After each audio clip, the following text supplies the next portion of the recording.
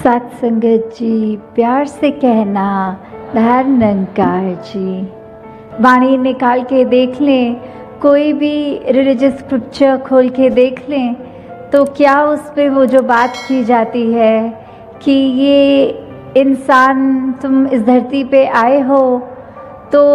तुम्हें अपना एक व्यवहार कैसा बनाना है। एक मनुष्य के चोले में हो तो ये मानवीय गुण, ये ह्यूमन वैल्यूज़ तुम्हारे अंदर एक होनी चाहिए, जिससे तुम सही मायने में मनुष्य तभी कहला पाओगे जब मनुष्य जैसा व्यवहार करोगे, मनुष्य जैसी सोच रखोगे। क्योंकि इस जीवन में तो आए हैं अपनी, जहाँ हर एक जिम्मेवारी, एक रिस्पॉन्सिबिलिटी को निभाना बहुत ज़रूरी होता है। अपने काम काज, अपनी एजुकेशन या जिस पड़ाव पे भी उम्र के जो भी उस तरह से एक कार्य है करने वाला, उससे जिम्मेवारी से पीछा नहीं छोड़ना है। वो करते हुए अपने जीवन में भक्ति को साथ साथ रखना है। तो ये संभव कैसे हो पाएगा कि अगर हम ये अपने दिन को, जैसे एक हमारा डेली एक दिनचर्या होती है, उसमें भक्ति को कैसे डालना है। तो बात सिर्फ यही है कि एक अगर हम अपने आप में सोचें कि क्या हमें कोई अलग समय निकालना पड़ता है सांस लेने के लिए पूरे दिन में। नहीं, हम सो रहे होते हैं तो भी सांस लेते हैं, हम कुछ खाना खा रहे होते हैं तो भी सांस लेते हैं, किसी से बात करते हैं तो भी सांस लेते हैं। तो ये कोई हमें अलग समय नहीं निकालना भक्ति के लिए, पर अपने आप को एक ऐसे उसमें नेचर में बांध लें कि हमारा चलता फिरता हर पल एक भक्ति के मार्ग पे ही हो। हमारा दिल सिर्फ प्यार करे, दिल इतना बड़ा हो जाए कि बिल्कुल नैरो माइंडेडली किसी को जज ना करें। कोई ये ना देखें कि सामने वाला मेरे जैसा नहीं दिखता, मेरे जैसी उसकी चॉइस नहीं है, वो खाता मुझसे अलग है, वो किसी और स्टेट का है, वो किसी और कंट्री का है, या उसका और भी कितने सारे रीजंस होते हैं जो एक बायसनेस बनाते हैं मन में। तो कैसे हमने अपने आप को ये एक तंगदिली से हटना है, इस नैरो सोच से हटना है और एक विशाल बनना है। जैसे जैसे हम अपने जीवन में अपने मन को और विशाल बनाएंगे तो वैसे ही हमारे अंदर से सिर्फ एक, हमारे मन के अंदर एक अच्छे गुण रह जाएंगे, सद्गुण रहेंगे और दुर्गुण निकल जाएंगे। तो उसको भी जो अचीव करना है तो वो एक मार्ग है जो युगों युगों से संतों ने समझाया है कि कैसे मनुष्य ये काम करना है। ये इतना आसान भी नहीं कि अगर कोई कुछ बुरा भला बोल जाए तो उसको कड़वा घूंट की तरह ऐसे पीना है और उसको रिएक्शन में कुछ उल्टा नहीं बोलना। तो ये उस समय एक कैसा होता है, तो वो एग्जाम्पल भी है कि अगर आप एक किसी बोरी में अगर आटा रखेंगे तो वो बोरी में कहीं पे भी चाकू मार के देख लें तो सिर्फ वो आटे का पाउडर ही गिरेगा। तो भाव ये कि जो हमारे अंदर है वही तब निकलता है जब वो रिएक्शन की बात आती है। तो अगर हम हर एक से प्यार करते हैं, हमारे अंदर प्यार है, तो ही हर एक से कर पाते हैं। क्योंकि थोड़ी देर के लिए प्रिटेंड करना या कुछ समय के लिए तो हम अपने व्यवहार को बदल सकते हैं, पर जब अचानक से कोई ऐसी सिचुएशन आ जाती है कि हमें उसके रिएक्शन के लिए टाइम नहीं है, तो वो एक हमारा जो अपना असली स्वभाव है वही झलकता है। तो कैसे हम हमेशा एक रस रहें, एक सहज अवस्था में रहें, ये तभी होगा जब हम ये जानकारी प्राप्त करेंगे कि हम क्या हैं, हम इस दुनिया में क्यों आए हैं और दुनिया में रहते हुए क्या करना है। ये जब शरीर अपनी यात्रा पूरी करेगा, ये जब श्वास हमारे शरीर से छिन जाएंगे, तो वो हमारी आत्मा ने कहाँ जाना है। तो ये प्रभु परमात्मा, ये ईश्वर, ये अल्लाह, ये निराकार, जिस नाम से भी हम इसको संबोधित करना चाहें, जहाँ जैसी आस्था हो, तो कोई भी हम एक धार्मिक एक टेक्स्ट उठा के देखें तो सभी में एक कॉमन बात यही है कि ये परमात्मा का अंश, ये आत्मा है, और इस आत्मा ने मोक्ष तभी प्राप्त करना है जब वो इस परमात्मा को जान ले। क्योंकि शरीर ने तो अपने कुछ सालों की यात्रा को ही तय करना है, वो तो लिमिटेड एक हमारे नंबर ऑफ ईयर्स हैं। तो कैसे इस इटर्नल आत्मा ने, इस परमात्मा जो हमेशा रहेगा, उससे अपना मेल करना है, तो वो सिर्फ ब्रह्म ज्ञान द्वारा ही पॉसिबल है। कि कैसे जब हम self realization through God realization वाली बात कि अपनी असली पहचान, अपना असली अस्तित्व हमें कैसे पता लगेगा, वो इस परमात्मा की जानकारी से। क्योंकि ये आत्मा जब इस शरीर में है तो इतने सालों से रहने के बाद वो अपने आप को शरीर ही मान बैठती है, पर ये तो उससे बहुत एक ऊंची अवस्था की है। शरीर ने तो जल्दी साथ छोड़ना है और ये आत्मा तो हमेशा रहेगी। तो कैसे उस मृत्यु के बाद भी ये जो एक मुक्ति वाली बात आती है, तो जब हम इस परमात्मा का, इस निराकार का एहसास अपने जीवन में रखते हैं, पल पल रखते हैं, तो अपने आप ही एक संतमति वाली बात हमारे अंदर रहती है। जब ये एहसास होता है कि परमात्मा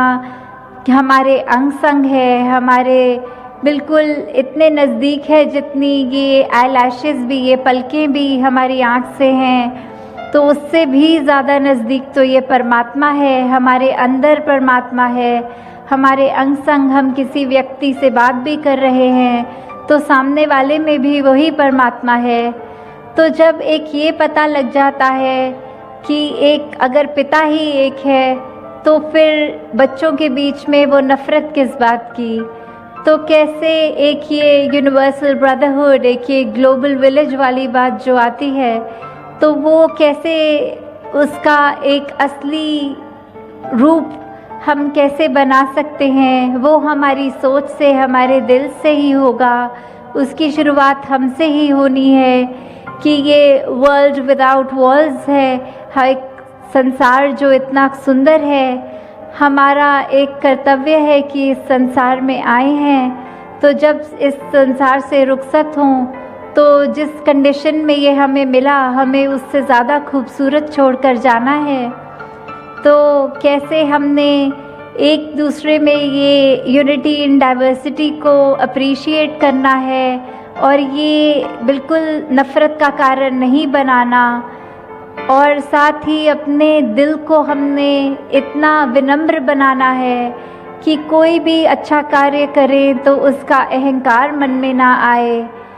क्योंकि एक अगर हम एक पेड़ का भी एग्जाम्पल देखते हैं, तो पेड़ अपने आप में चाहे ऊंचा है, स्टिफ है, पर उसकी डालियों में जब जब फ्रूट्स लगते हैं तो अपने आप वो ब्रांचेस उसकी थोड़ी बेंड हो जाती हैं, वो झुक जाती हैं। तो जितने हमारे अंदर गुण आए उसका नतीजा यही होना चाहिए कि हम और ज़्यादा एक हम्बल हो रहे हैं, एक और ज़्यादा विनम्र हो रहे हैं, ना कि अकड़ में आना। क्योंकि फिर वो बात यही है कि एक सूक्ष्म सा भी अहंकार अगर हमारे अंदर आ गया तो वो फिर हमारे लिए लाभदायक नहीं है। कैसे फिर हमारे जीवन में हमने एक वही बात को याद रखना है कि ये अच्छे कार्य भी परमात्मा ही करा रहा है, तो इसका श्रेय भी इस परमात्मा को ही जाता है। तो हर एक बात अगर हम अपने जीवन के उस पड़ाव से देख लें कि सिचुएशन चाहे कोई भी हो, अब आए हैं संसार में तो एक परिस्थिति ने सुख भी देना है और कोई परेशान वाली या दुख की भी परिस्थिति आनी है, तो ये एक रस होना कैसे है वो दोनों स्थितियों में, वो फिर बात यही आती है कि जब हम अपना कनेक्शन इस परमात्मा से बना लेते हैं, इस निरंकार के एहसास में रहते हैं, तो फिर ये हर परिस्थिति में ही एक शुक्राना निकलता है कि एक हमारे को क्रिब नहीं करना कि हमारी परिस्थिति खराब हो गई है, परमात्मा तूने हमारे को एक सिचुएशन में क्यों बांध दिया जो हमारे अनुसार नहीं है, हमारी कन्वीनियंस नहीं है इस सिचुएशन में। तो उस बात को भी फिर ऐसा देखा जाए कि ये परमात्मा शुक्र है कि ये परिस्थिति जो दी उसमें अब हम अपने आप को अपना बेस्ट पोटेंशियल यूज़ करके अपने बेस्ट वर्जन्स बन के उस स्थिति को डील करें, क्योंकि अगर परमात्मा चाहता तो वो स्थिति और बिगड़ के भी हो सकती थी। तो शुक्र है ये स्थिति ऐसी है जो है।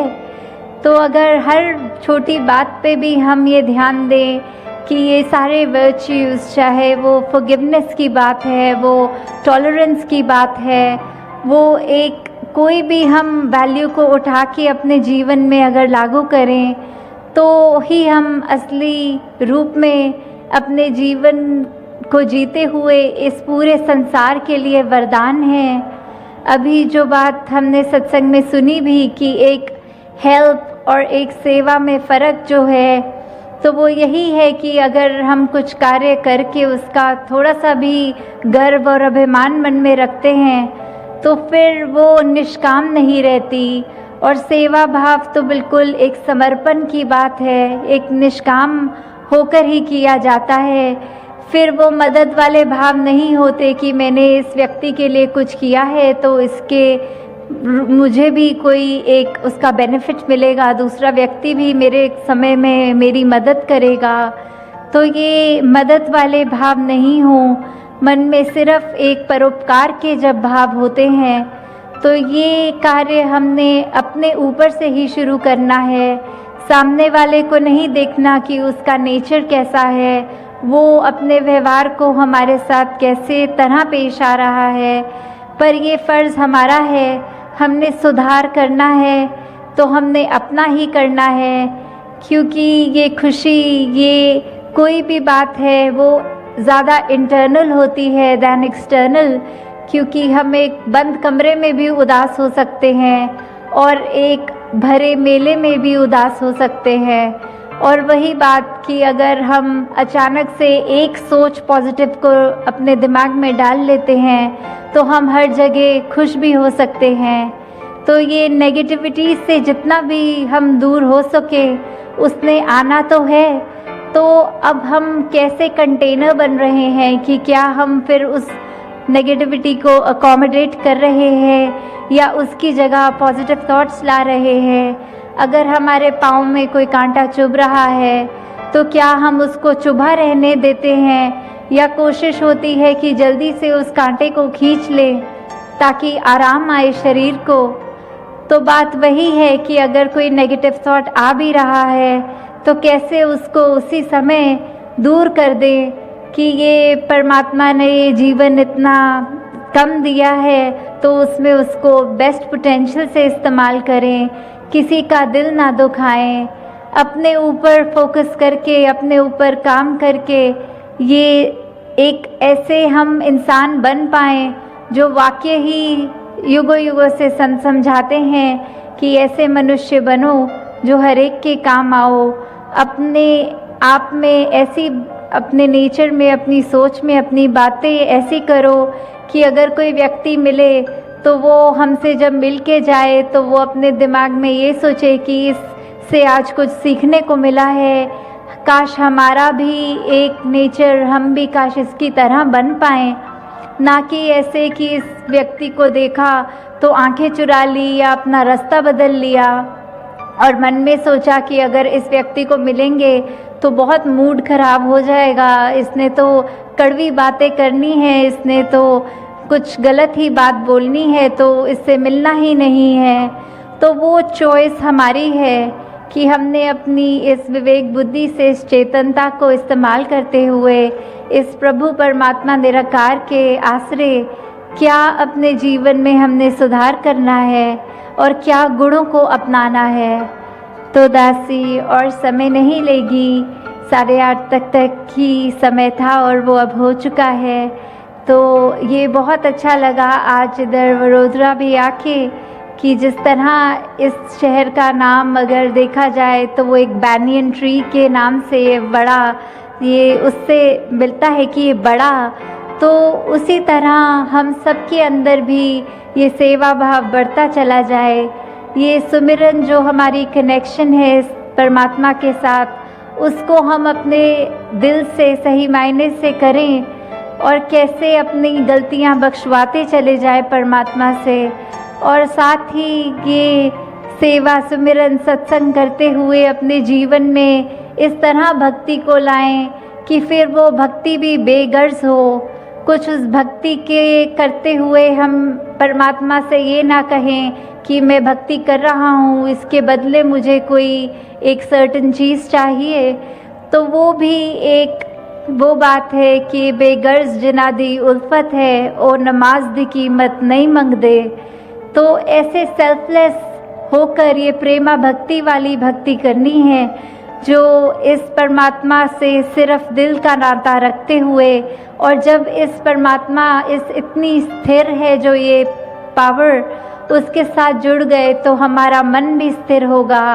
हमारे को वो बेचैनियाँ फिर इतनी इफ़ेक्ट नहीं करेंगी, फिर हम पूरे संसार में सिर्फ शीतलता ही पहुँचाएंगे। तो हर एक को परमात्मा ये कृपा करे सब पे कि हर एक का जीवन जहाँ कैसा भी हो उसमें ये शुक्राना भाव रहे, उसमें अपनी तरफ से सामने वाले को देने के लिए इस दिल में सिर्फ प्यार रहे। जो भी ये निरंकार परमात्मा ये हमारे अंग संग बसता है और हम सब उसकी अंश हैं, तो कैसे ये जो अभी हमने अवतार बानी का ये जो शब्द अभी सुना भी, जिस पे अभी और भी विचार होंगे, तो ये पंक्ति में कि ये अगर साथ संगत की महिमा के ऊपर है कि कैसे अगर ये साथ संगत में अगर हम आते हैं तो हमारे चेहरे पे ये जो नूर है, सिर्फ अगर हम उदाहरण ये देखें कि काफ़ी बार हमें कोई ऐसे सज्जन मिल जाते हैं कि उनका हमें चेहरा देखकर ही, चाहे उनसे बात भी ना की हो, तो भी ऐसे लगता है कि इनका अंदर कुछ अलग है और उनका चेहरा जो इतना ऐसे नूर उसमें से निकल रहा होता है। तो वो जो है बात की कैसे साथ संगत की ही महिमा है कि किस तरह अगर हम संगत आते हैं, जो सारे यहाँ ये अमोलक वचन सुनने को मिलते हैं, तो वो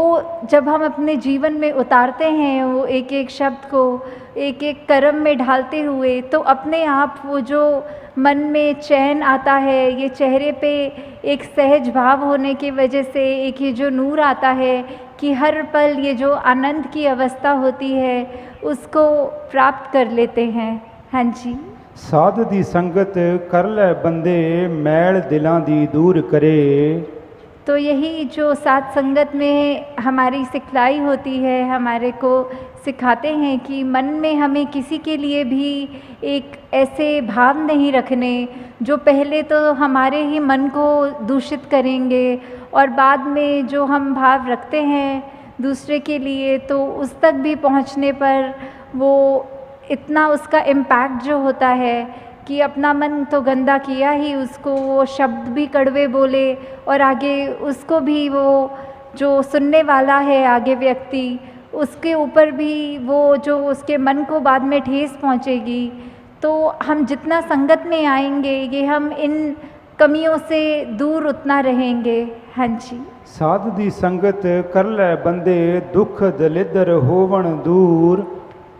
ये ज़िंदगी में ये जब अब तक हमारा जीवन है ये उतराई चढ़ाई तो आती ही रहनी है, तो फिर ऐसा क्यों कहा जा रहा है कि दुख दूर होगा? ये सिर्फ़ इसलिए कि ये जब हमें ब्रह्म ज्ञान मिल जाता है, हमें अपना असली पहचान अपनी समझ आ जाती है, ये प्रभु परमात्मा निरंकार हमारे चारों ओर है, ये एहसास हर पल जब रहता है, तो उसके बाद हम जब मान लेते हैं कि ये निरंकार पूरा है, इसका किया सब पूरा है, तो अगर ये हमारी जहाँ ज़िंदगी है, चाहे हमारे मटीरियलिस्टिक रूप में या स्वस्थ रूप में या कोई भी ऐसी चीज़ जो हमें उस समय लग रही हो कि हमारे ये अनुकूल नहीं है, तो भी इसमें भी उस सिचुएशन के अंदर भी हमें ये पता है कि तेरा किया सब पूरा है। तो उस समय यही भाव होते हैं कि चाहे ये सिचुएशंस हमारे अकॉर्डिंग नहीं है, पर ये निरंकार की दी गई घड़ियाँ हैं, ये सिचुएशंस हैं, तो ये भी बिल्कुल ही ठीक हैं, क्योंकि जो निरंकार ने दिया है सब उसमें शुक्राना भाव, वो जैसा भी सिचुएशन है वो हमारे लिए उस समय वो बिल्कुल बहुत अच्छी सिचुएशन है। हाँ जी। साध दी संगत कर ले बंदे जांदा रहेगा मान गरूर। तो संगत में हम जितना आते हैं हम अपने विकारों के ऊपर काम कर सकते हैं। वो बातें ये एक तरह से जो मोती हैं इस इतने बड़े तालाब में, वो उसको चुन चुन के जिसमें एक एक मोती की वैल्यू इतनी आ रही है, तो मन से हमारे जो भी खामियां हैं वो सब दूर हो जाती हैं, और सिर्फ ये अच्छे भाव ही जो ये सब संत महात्माओं के साथ जो आप सब ब्रह्म ज्ञानी यहाँ बैठे हैं, तो किस तरह वही भाव हैं जो ज़िंदगी को तब्दील कर सकते हैं। जहाँ मन में हमेशा प्यार और ऐसी अच्छी भावनाएं होनी चाहिए और बिल्कुल भी ये गुरूर और उस तरह की खामियां नहीं होनी चाहिए। तो ये सब हमें फिर सत्संग की इम्पोर्टेंस के ऊपर ही दर्शाते हुए कि ये सब भी फ़ायदे हमारे तब तक जीवन में हैं जब तक हम सच्चे मन से सत्संग आके सत्संग को सत्संग की तरह करके, सिर्फ वो ना समझ कर कि आए हैं और इतने से इतने बजे तक का अनाउंसमेंट है सत्संग का, तो आए बैठे सुने चले गए, पर वो सब हमें अपनी लाइफ में इम्प्लीमेंट करना है। जब तक सुनकर उनको कर्मों में नहीं ढालेंगे, अपनी सोच को नहीं बदलेंगे, तब तक वो शब्द सिर्फ शब्द तक ही रह जाएंगे। हाँ जी। साध दी संगत कर ले बंदे अण डिठा रब पाएगा। तो जब हम ये संतों के बीच में विचरण कर रहे हैं अपना ये संगत में, तो ये हमें क्या, ये हर एक जो संत है ब्रह्मज्ञानी है वो परिचित है इस प्रभु परमात्मा निरंकार से। सबने रूबरू होकर आमने सामने ये परमात्मा को जहाँ देखा है, और वहाँ कहा भी जाता है कि ये परमात्मा को कोई नहीं देख सकता, पर यहाँ इतने दावे से अवतार वाणी में ये अगर अंकित है कि ये अनडिठा दिखेगा, तो उसका मतलब क्या है कि हम जब तक अपने आप को सरेंडर नहीं करते, ये हमारी जिज्ञासा कि हमारी असली पहचान, हमारा मकसद, हम क्या इस जीवन में करने आए हैं और किस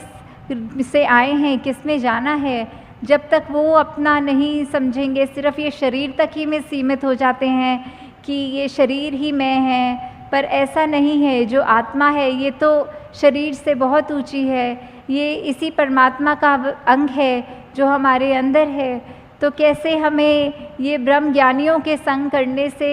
ये ज्ञान की दात अपनी झोली में भी मिल सकती है।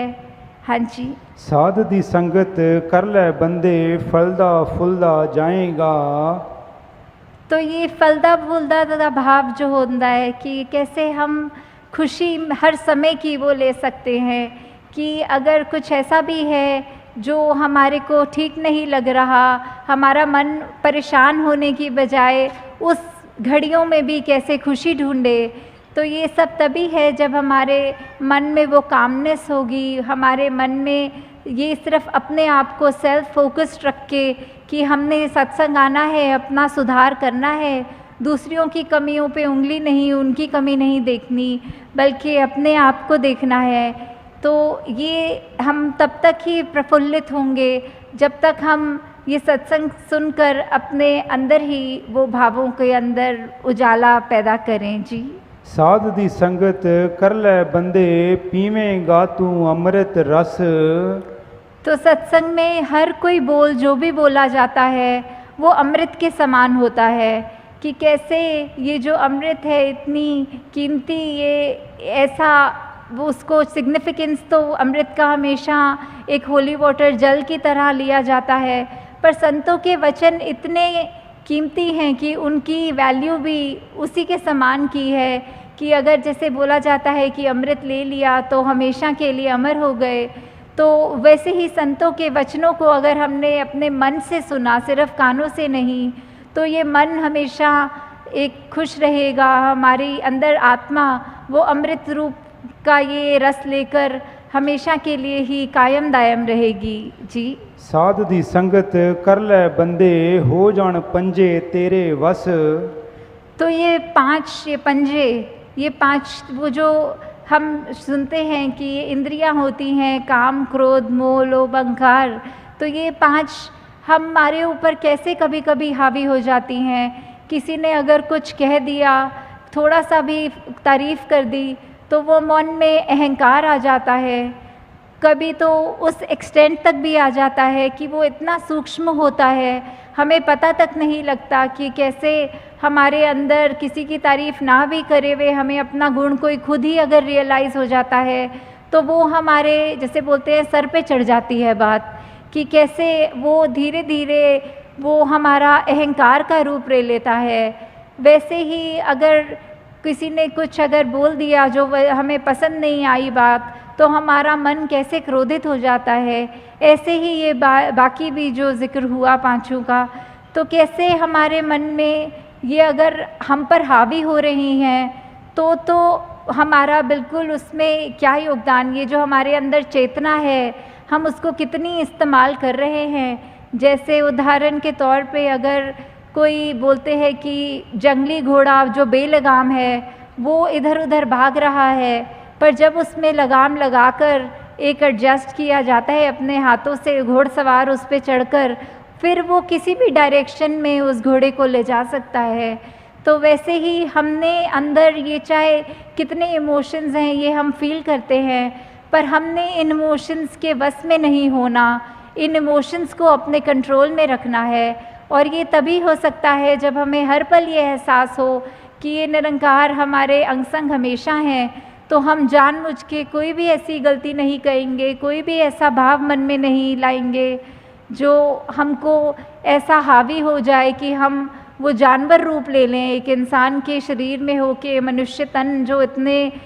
दुर्लभ होता है, उसके बावजूद अगर हम ऐसे अपने अंदर डाल देते हैं, ये इनको हावी होने देते हैं, तो ये हमेशा ये एहसास रहे, ये भय रहे कि ये परमात्मा ने जिसने हमको ये शरीर बख्शा है, इसकी सोच, इसके इमोशंस जो बच्चे हैं, वो हम नेगेटिव की बजाय अपने आप को एक पॉजिटिविटी की तरफ ले जाएं। जी। साध दी संगत कर ले बंदे कायम दिल दा पारा रहे। तो वही टेम्परामेंट की बात आ रही है, ये पारे की बात, कि कैसे कभी भी हमारा किसी स्थिति में जब देखकर हमारे अनुसार वो नहीं चल रही होती, तो मन इतना तंग हो जाता है कि फिर हमको अपने बोलों पे भी कंट्रोल नहीं रहता, हमारे दिमाग में इतना गुस्सा भर जाता है कि हम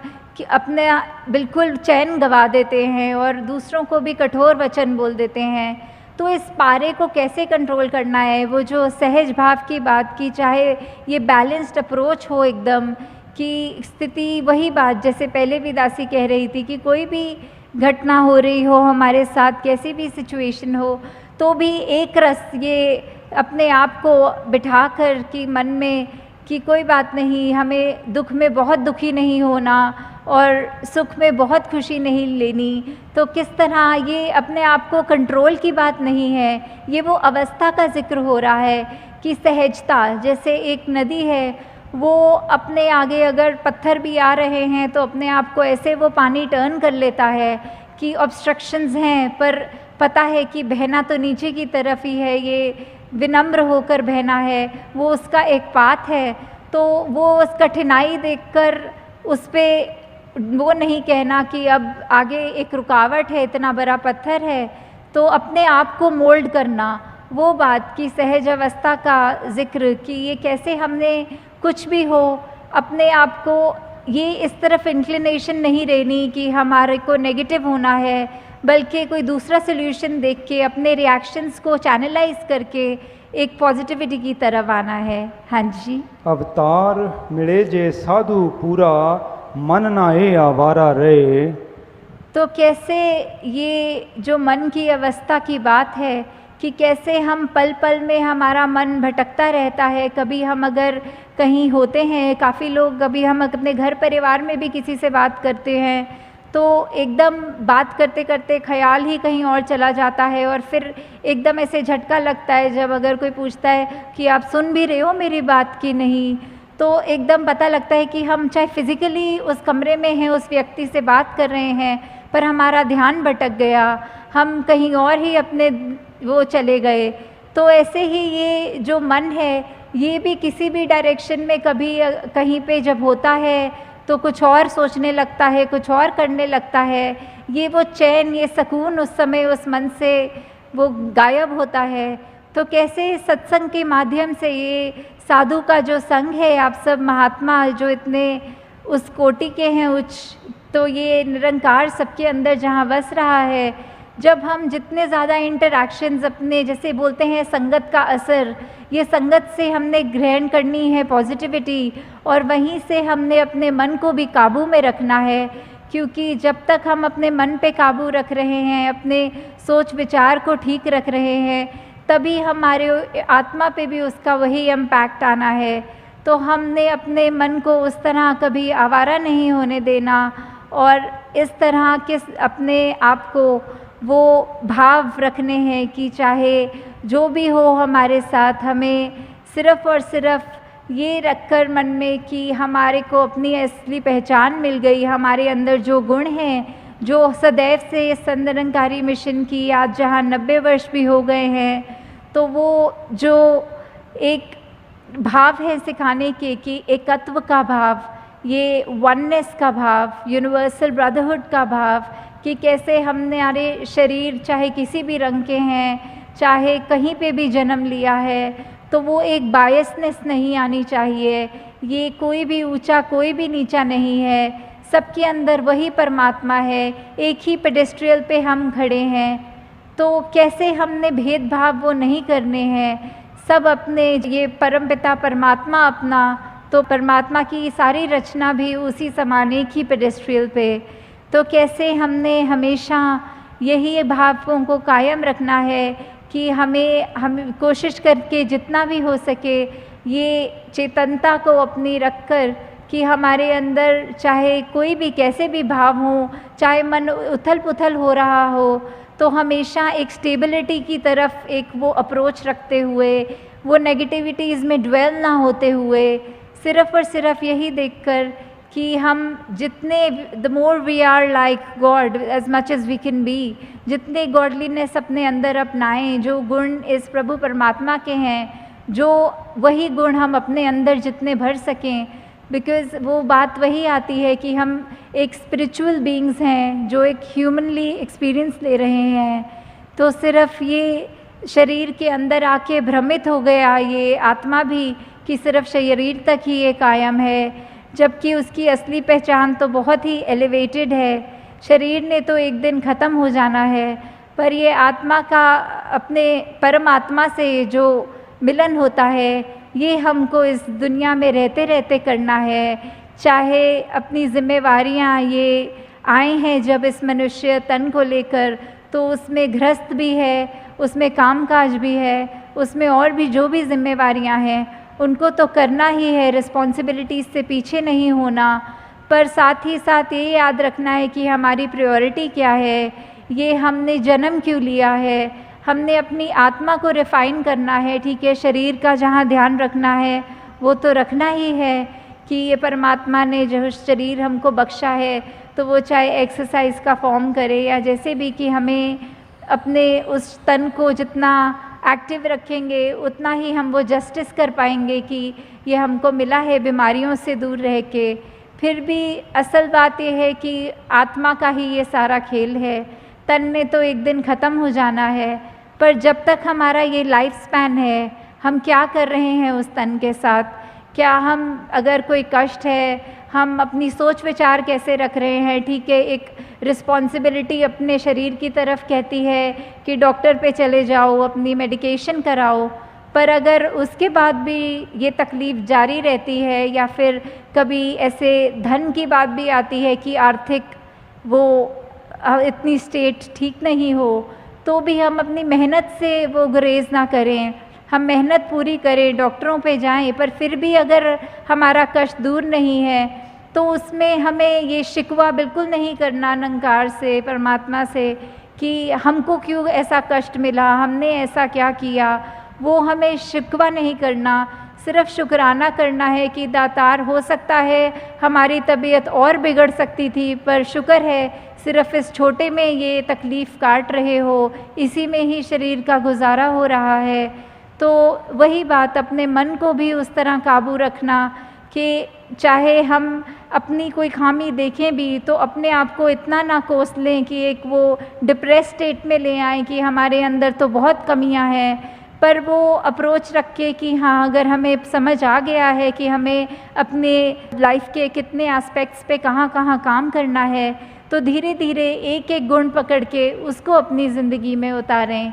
तो दासी, आप सबका और ज़्यादा समय नहीं लेना चाहती कि सब दूर दूर से भी यात्रा करके आए हैं और घरों को भी जाना है, और अभी भी कितनी संगत है जो पंक्तियों में भी है, तो सत्संग का भी समय अब हो चुका है। तो दासी, आप सबसे यही एक कामना करते हुए, आशीर्वाद अपने लिए भी लेते हुए और सब संगत के लिए, कि ये निरंकार प्रभु परमात्मा से हमारा जो